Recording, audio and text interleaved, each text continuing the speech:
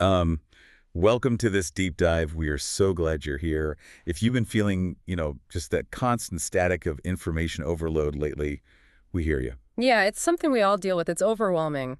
It really is. So today, our mission is to cut through that noise. We are tackling the absolute root cause of our daily emotional pain. And to do that, we are looking at one of the most monumental texts of the modern era. Truly monumental. Right. We're pulling our insights directly from Eckhart Tolle's The Power of Now, Oh. a guide to spiritual enlightenment.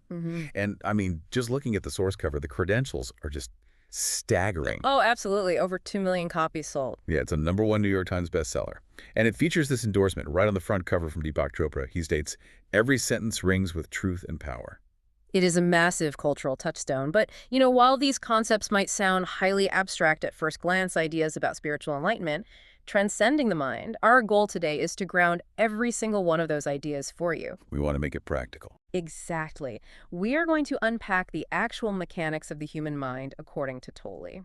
And we'll connect these profound philosophies directly to the bigger picture of your everyday life. Because this is a text that fundamentally challenges how we perceive our own existence.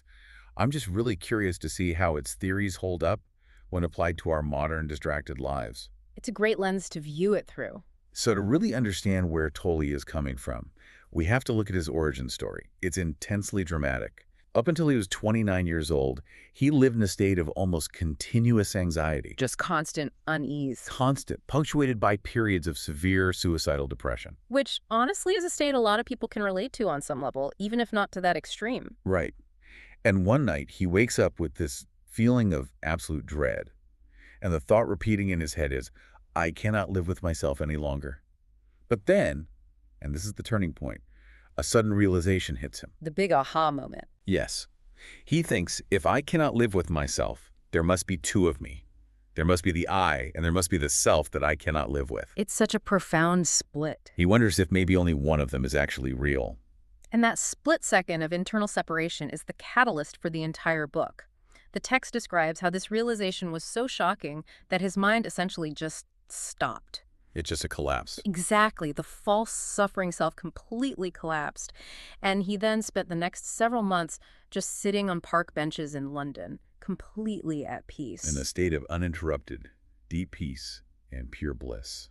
Which sounds incredible. I mean, who wouldn't want that? Uh-huh. But it also raises a massive question. It sure does. If that state of pure peace is possible, why are the rest of us walking around stressed out of our minds? Well, Tolle uses this incredibly striking metaphor to explain exactly that. He compares the average person to a beggar. This beggar had been sitting by the side of a road on an old box for over 30 years. Just a standard fixture on the street. Right. One day a stranger walks by, and the beggar holds out his baseball cap, mechanically asking for spare change. The stranger says he has nothing to give, but then he points to the box and asks, "What's that you are sitting on?" And the beggar probably says something like, just an old box. I've been sitting on it for years. Exactly. But the stranger insists he look inside. So the beggar finally manages to pry open the lid, and he is completely astonished to find that the box is filled with gold. That's amazing. Tolle is framing himself as that stranger here. He's telling you, the reader, to look inside yourself. His argument is that we spend our lives begging for scraps. We're looking externally for everything. Yes, looking for validation, for security, for little hits of pleasure or romantic love, all while completely ignoring the radiant joy of being that is already inside us. We are sitting on a box of gold. But we feel like beggars because we are completely disconnected from our true essence. Okay, let's unpack this. Because if the gold is already inside us, what is blocking the lid? Why can't we access it? The text points the finger directly at the famous philosopher René Descartes. Ah, yes, the famous quote. We all know his foundational statement, I think, therefore I am. Well, Tolle argues that this is actually the most basic human error ever made. It's a bold claim. It really is. He says we mistakenly equate thinking with being.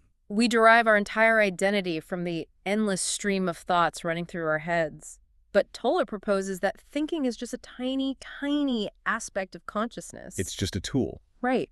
When you believe you are your mind, the instrument has basically taken you over. You become a slave to a possessing entity without even knowing it. That makes so much sense.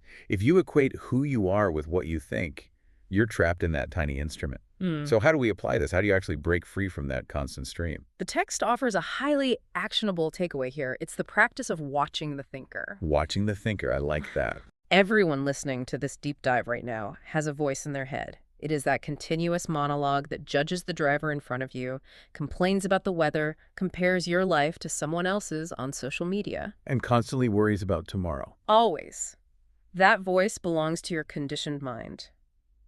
The key to freedom, according to Tolle, is to start listening to that voice impartially. Impartially meaning you don't argue with it. No arguing. You don't judge it or condemn the thoughts you hear. Precisely. You simply witness them, because the moment you judge the thought, you're just creating another thought. You're just adding to the noise. But when you simply listen, you realize something profound.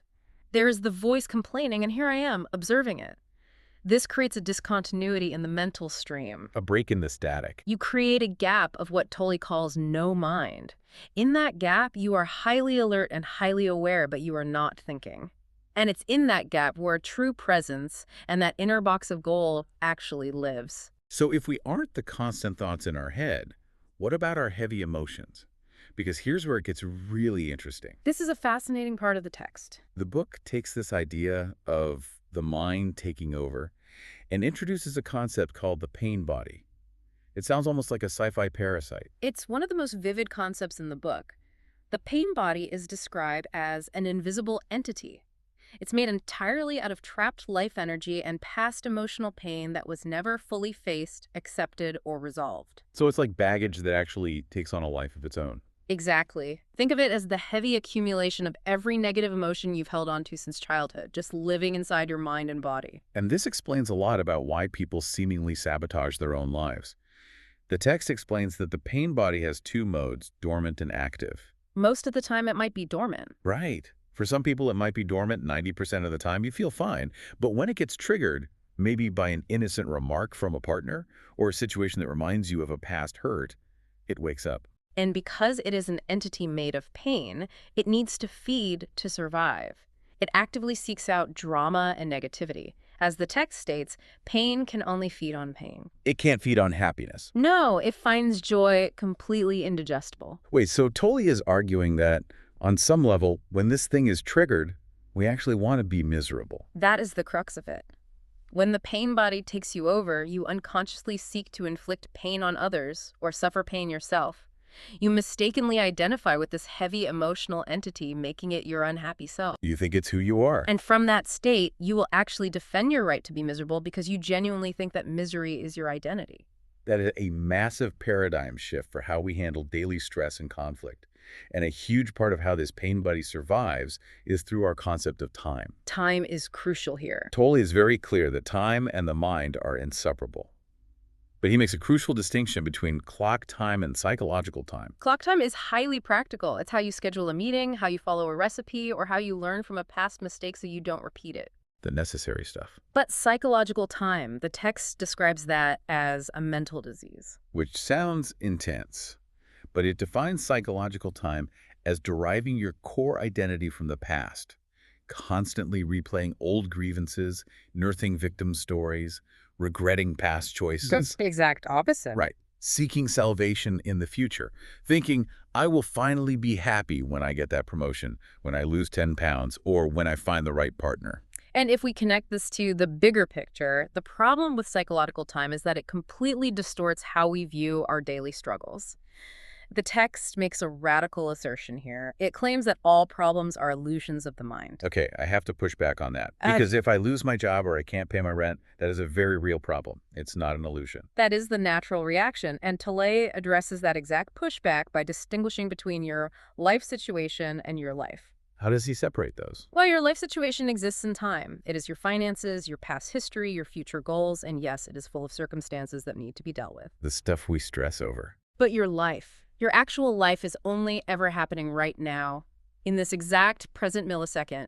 In the pure actuality of the present moment, you rarely actually have a problem. You just have a situation to handle. To handle, to accept, or to walk away from. Problems, by his definition, are mind-made. They require you to dwell on the past or worry about the future to survive. They cannot survive in the sheer actuality of the now. So if the now is the only place we can actually live without these manufactured problems, how does the mind keep tricking us out of it? The text details the mind's specific strategies for avoiding the present. It breaks them down into ordinary unconsciousness and deep unconsciousness. Right, let's start with ordinary. Ordinary unconsciousness is what most people consider normal, everyday living. It's that continuous, low-level background static of unease, boredom, nervousness, and complaining. Like standing in line at the grocery store and feeling mildly irritated that the person in front of you is taking too long. Exactly. Deep unconsciousness, on the other hand, is when that pain body we talked about is fully triggered, leading to severe depression, aggression, or emotional violence. A perfect example of ordinary unconsciousness that the text highlights is the act of waiting.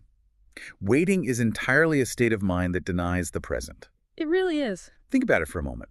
How much of your life do you spend waiting to start living? There is small-scale waiting, like being stuck in a traffic jam or sitting at the DMV. Nobody likes a DMV. Definitely not. And then there's large-scale waiting. Waiting for the next vacation, waiting for the kids to grow up, waiting to finally become successful. When you are in a state of waiting, you are unconsciously creating an inner conflict. You are fundamentally rejecting your here and now, where you don't want to be, and projecting yourself into an imagined future where you think you will finally be whole, You reduce the present moment to a mere stepping stone. completely draining your actual life of its vibrancy. So what does this all mean? How do we stop waiting? If we're trapped in this mental static, how do we escape the pain body and this psychological time? The text outlines several practical portals to the now, doorways to what it calls the unmanifested. Let's pause on that word unmanifested. It sounds incredibly mystical. It does, but Tolles is basically talking about the formless energy beneath all physical things. It's the blank canvas before the paint goes on. It's the deeper reality of pure being. And the first major portal to access that state is the inner body.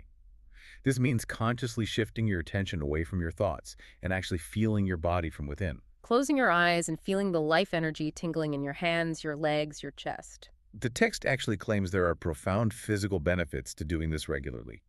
It argues that inhabiting the inner body significantly slows down the aging process and greatly strengthens your immune system. The logic presented is that your cells are receiving the high frequency of your conscious attention rather than the toxic frequency of your stressful thoughts. But there is a massive catch to this portal.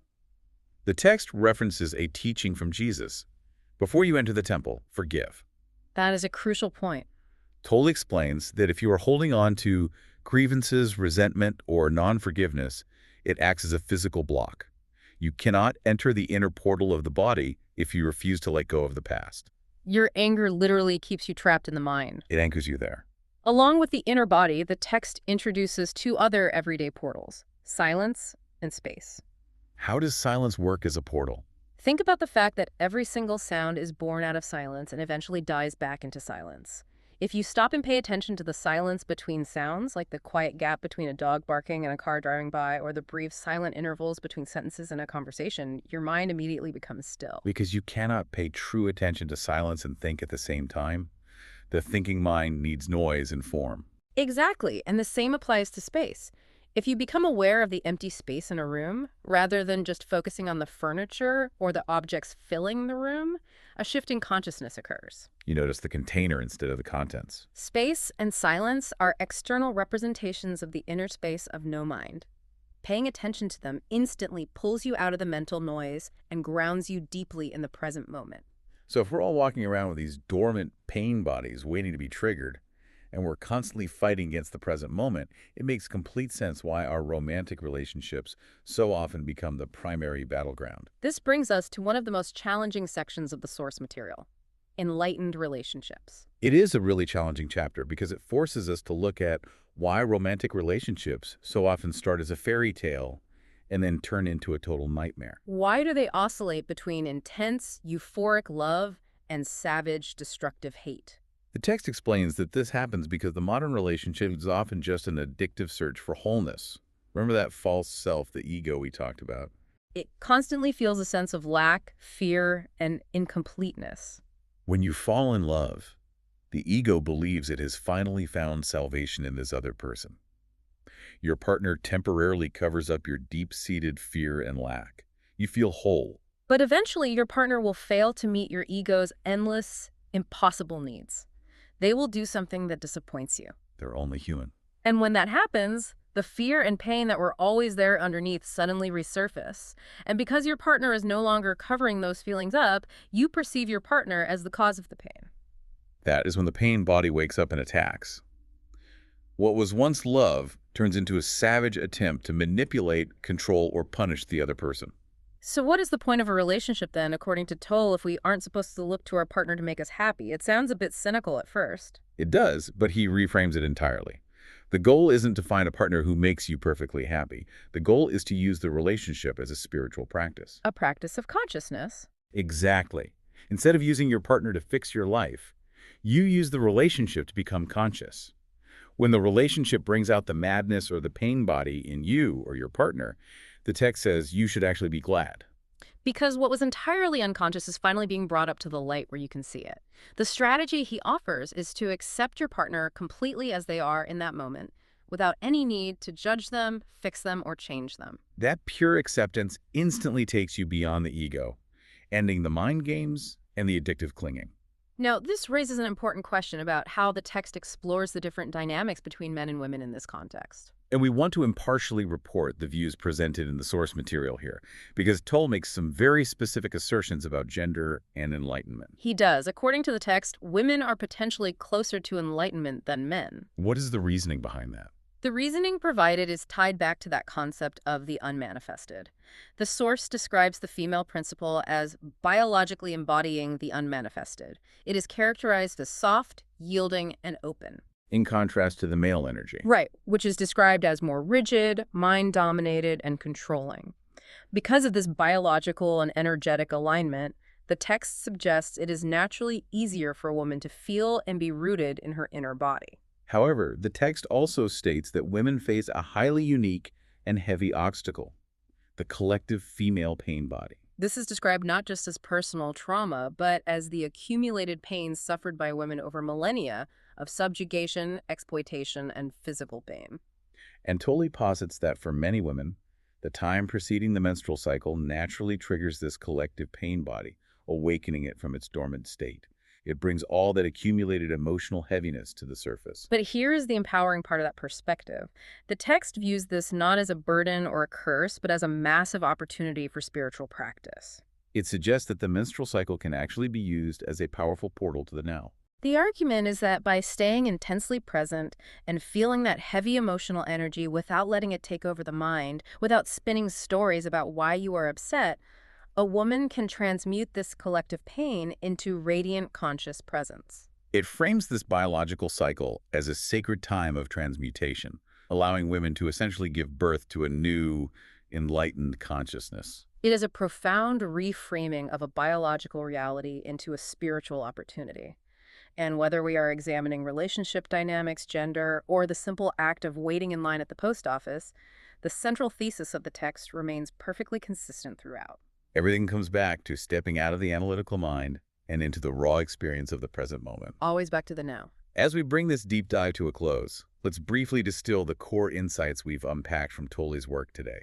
First, you are not the voice in your head. You are the silent watcher observing that voice. Second, the pain body is an emotional parasite that thrives on your unconsciousness and your attachment to drama. And finally, true salvation, true lasting peace, can never be found in the future, in a new job, or in another person. It can only ever be found right now, in the present moment, entirely independent of your external conditions. Now, to leave you with a final provocative thought, I want to pull a concept from Chapter 7 of the source text that we intentionally saved for this exact moment.